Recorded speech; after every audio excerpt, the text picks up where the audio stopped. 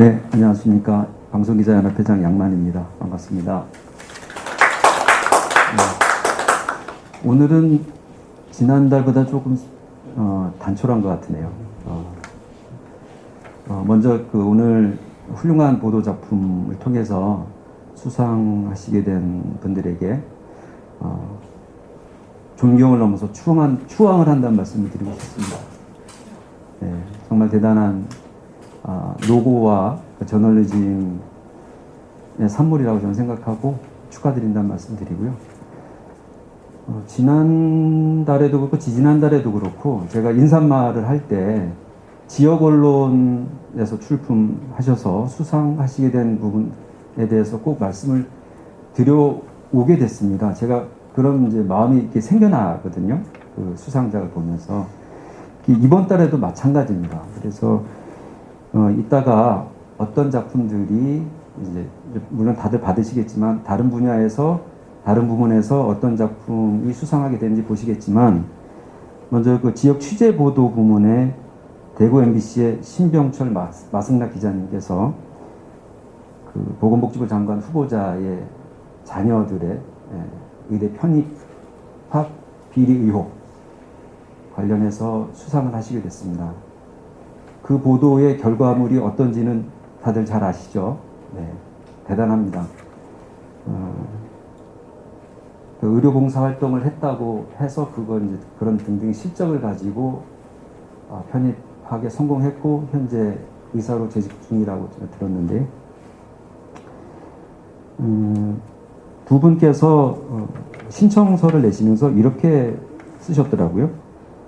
일반적으로 장관 후보자의 검증과 관련한 뉴스는 중앙 언론에서 주로 취급해 왔습니다. 하지만 대구문화방송은 과거의 타성에서 벗어나 보다 적극적인 자세로 정호영 보건복지부 장관 후보자에 대한 의혹 보도를 이어갔습니다. 그리고 관련 뉴스가 정치권은 물론 사회 전반으로 크게 이슈가 되었으며 보도를 통한 올바른 의제 설정이라는 언론 본연의 역할을 충실히 다했다고 자체적으로 평가하고 있습니다. 이렇게 써주셨는데요.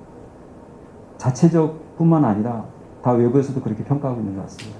오늘 이렇게 이 자리에 모시게 된 것도 그런 평가의 일환이라고 생각하고요. 저는 대단히 겸양의 표현이라고 생각합니다. 그 공직 후보자에 대한 인사검증, 저널리즘에서 반드시 수행해야 되는 분야에 그 업무를 수행하는 과정에 어디에 있는 것이 무슨 상관이 있겠습니까? 무슨 차이가 있겠습니까? 그리고 저는 뭐 서울이건 서울이 아닌 지역이건 간에 그 차이는 없다고 생각하고 대구 MBC의 두 분 기자님께서 그런 저널리즘 수행에 있어서 훌륭한 일을 수행해내셨다고 감히 추앙의 마음을 담아서 말씀드리고 싶습니다. 특히 이 두 분 기자님은 곧 이제 기자 일을 시작하신 지 곧 30년이 되시는 분들이고 제가 두 분 성함을 들었을 때 낯이 갔던 게 이달의 방송기자상이나 한 해를 정리하면서 수여하는 방송기자 대상에 자주 뵈었던 분들입니다. 그래서 대개는 그 정도 되면은 자리에 좀 앉아 계시는 분들이 많은데 그렇지 않고 우리 한국 언론에 대해서 흔히들 미국에는 백발이 성성한 기자들도 많은데 우리는 왜 없을까라는 비판 내지 이제 질문을 받게 되는데 두 분 기자님께서는 거기에 대한 답을 매일매일 온몸으로 수행하고 계시다 이렇게 생각이 되어서 그 부분을 좀 공유하고 싶었고요. 두 번째로는 지역기획보도 부문에 KBS 부산의 황현규, 강예슬, 정은호 기자님께서 위기가구 추적 보고서 코로나를 겪으면서 정부와 지방자치단체에서 많은 지원금을 집행했죠. 그런데 이걸 어디에 얼마나 할 것이냐 맨날 싸우고 이게 정치적 이해관계와 관련해서 우리가 많은 보도를 했지만 실제로 이런 지원의 결과물로 우리 실제 삶이 어떻게 그나마 좀 나아졌는지 하는 부분을 꼼꼼하게 들여다본 보도는 그렇게 많지 않았습니다. 사실. 그런데 이 세 분 기자님들은 급성 빈곤 가구라고 하는 개념에 착목하셔서 지난번 KBS 대구하고 좀 비슷한데요. 부산복지개발원과 협업을 통해서 최근 3년간 정부로부터 받은 긴급복지 사례 10만여 건을 전수 분석을 하셔서 코딩 분석 작업을 하고 그래서 위기가구의 실태를 발로 확인하셨습니다.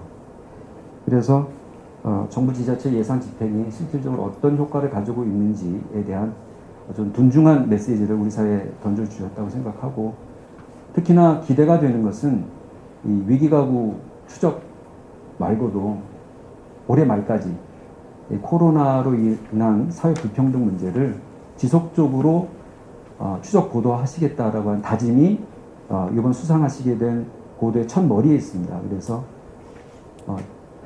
저희가 다음에도 또 뵐 수 있지 않을까 하는 그런 기대감을 갖게 됩니다. 그래서 지역 언론은 인력 사정이나 이런 부분이 이렇게 넉넉하지 않기 때문에 어떤 저널리즘 수행에 많은 장애가 있다라고 흔히들 생각하지만 마음을 어떻게 먹고